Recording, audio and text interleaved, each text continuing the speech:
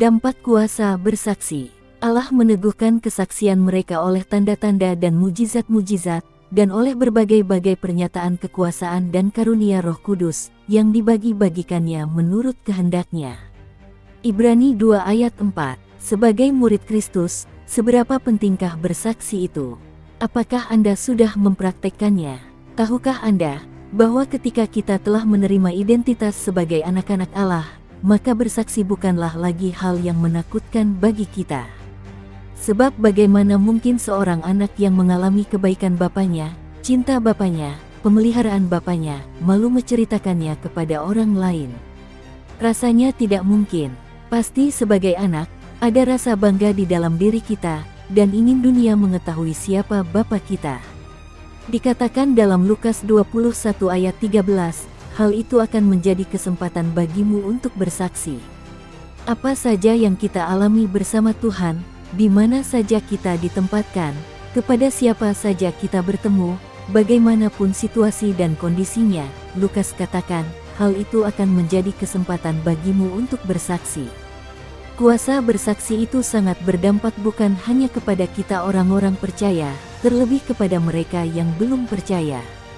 Ketika mereka mendengar, melihat kesaksian hidup kita sinkron dengan kekristenan yang sejati, maka tidak sedikit dari mereka yang akhirnya menyerahkan hidup mereka untuk menerima Tuhan Yesus sebagai Tuhan dan Juru Selamat. Hal sederhana yang paling mengena di dalam kehidupan sehari-hari, adalah perbuatan kita sesuai dengan perkataan kita.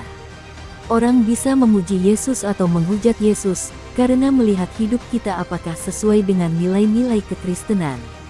Namun, tidak sedikit juga ada orang-orang menjadi percaya Yesus ketika mendengar si A bersaksi mengalami perjumpaan dengan Tuhan, dan mengubahkan kehidupannya.